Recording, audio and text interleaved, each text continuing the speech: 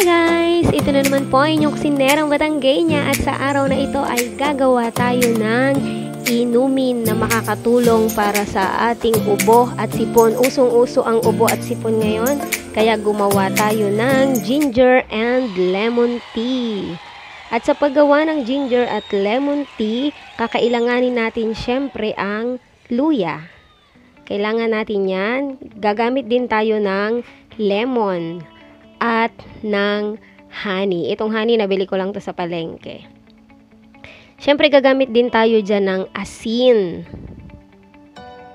Panglinis sa ating lemon, gagamit din tayo ng baking soda. Yan. Malalaman ninyo kung para saan yung mga yan. Unang gawin natin, linisin natin ang lemon. Magsuot ng gloves para hindi masakit sa kamay. I-rub natin ng asin yung ating lemon. Pisil-pisilin ang lemon habang nirarab ng asin para maalis yung pait niya. 'Di ba yung lemon medyo may mapait yan eh.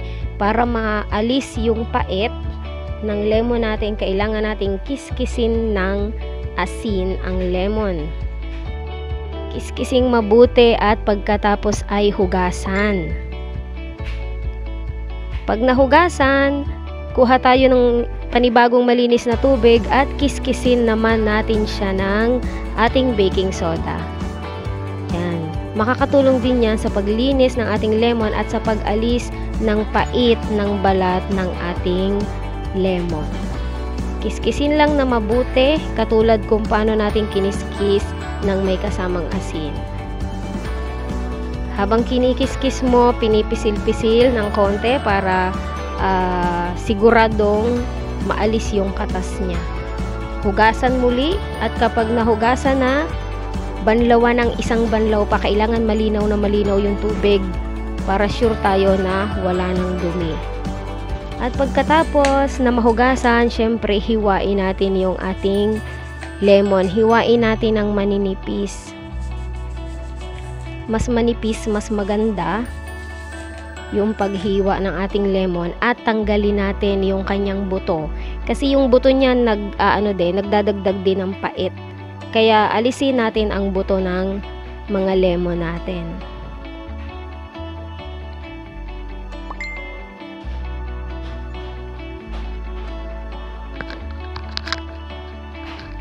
Pagkatapos na hiwain yung lemon, syempre babalatan natin yung luya.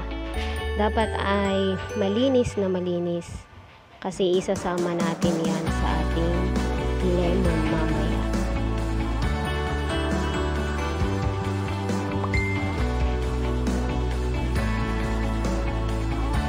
Pag nabalatan ang luya, dapat hugasan ding mabuti para sure tayo na malinis.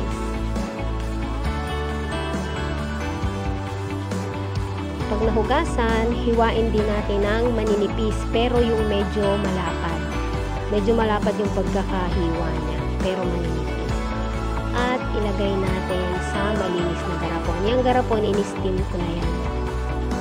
Malinis na. Alternate yung gawin natin. Luya, tapos lemon, tapos luya, tapos lemon.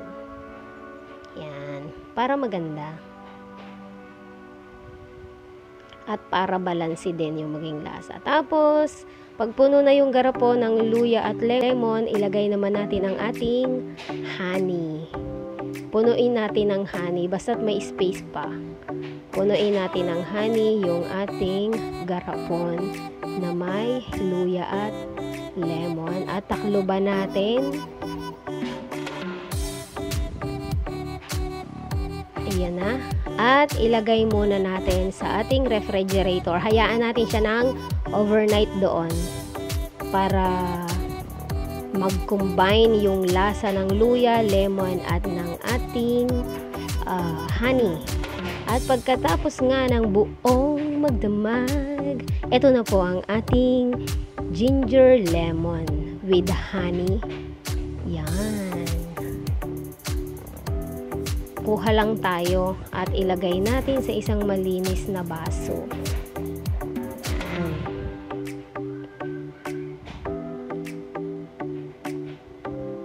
Maganda to sa ubo, sa sipon, lalo na kung ang ilalagay mo ay maligamgam na tubig.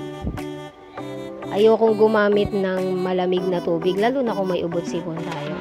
Lagyan natin ng syrup niya. Yan. Kapag nailagay na ang lemon, ang ginger at yung syrup niya, lagyan natin ng mainit na tubig. Yan, umuusok-usok pa. At eto na nga po ang ating ginger and lemon tea. Mabuting gamot sa ubo at sipon. Pero higit sa lahat, ang pinaka mabuting gamot ay ang pananampalataya at ang salita ng Diyos. Kaya basahin po natin ito. God bless everyone!